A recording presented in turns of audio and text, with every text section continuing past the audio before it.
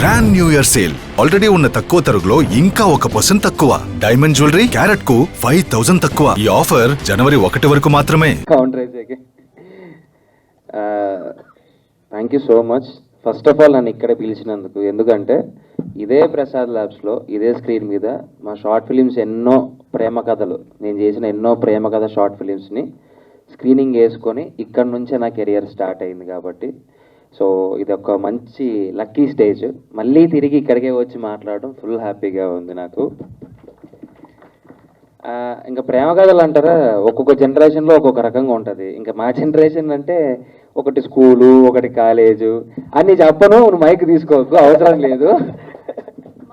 Already హౌస్లో చెప్పేందుకే పెద్ద హౌస్లో ప్రాబ్లం వచ్చింది. అన్ని ఉండవు. సో లవ్ స్టోరీస్ జనరేషన్ తేడా ఉంటుందన్న. నువ్వు ఏ జనరేషన్ చెప్పు. 2020 నేను ఓపెనింగ్ చెప్తున్నా.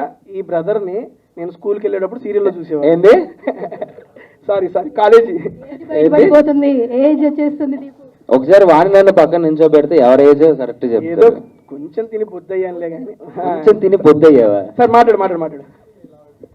అదే.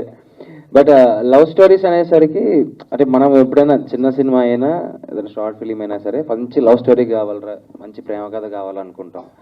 So never ending love stories అండి. ఎప్పుడు ఒక స్టోరీకి ఎండ్ ఉండదు అంటే అది ప్రేమ కథ. ఎంత రాసినా రాస్తూనే ఉంటాం, అది ఎంత యాక్ట్ చేసినా చేస్తూనే ఉంటాం.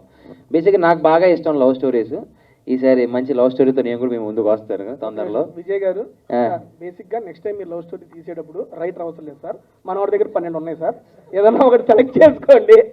విజయ్ గారు సార్, మీరు కూడా ప్రొడ్యూసర్లు గారు చూసుకోండి సార్. డైరెక్టర్ గారు మీకు కూడా సార్ కొత్త స్టోరీ కావాలంటే ఇచ్చేస్తారు సార్. డైలాగ్స్ రాయటమే మామూలుగా ఓన్ డైలాగ్స్ కూడా ఉంటాయి. అది చెబుతున్నారు. ఆ డైలాగులు చెప్తే కొడతారా?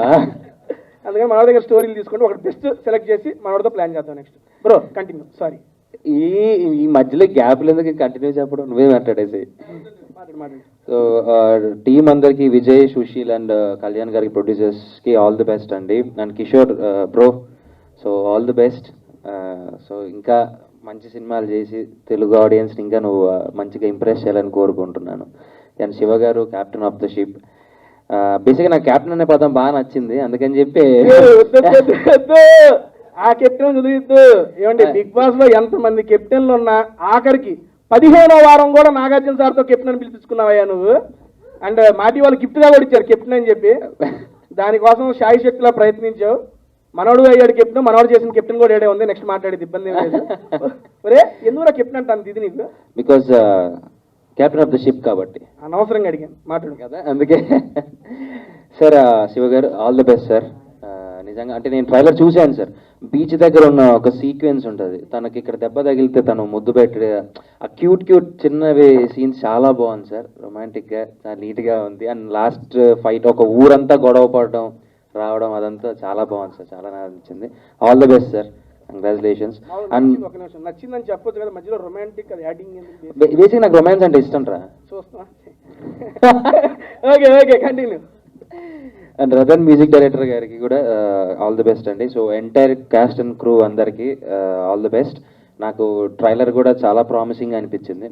నేను చూస్తూ వచ్చాను, చూశాను కూడా నాకు వెంటనే ఒకసారి. ఆల్ ది బెస్ట్ అండి, ఆల్ ది బెస్ట్.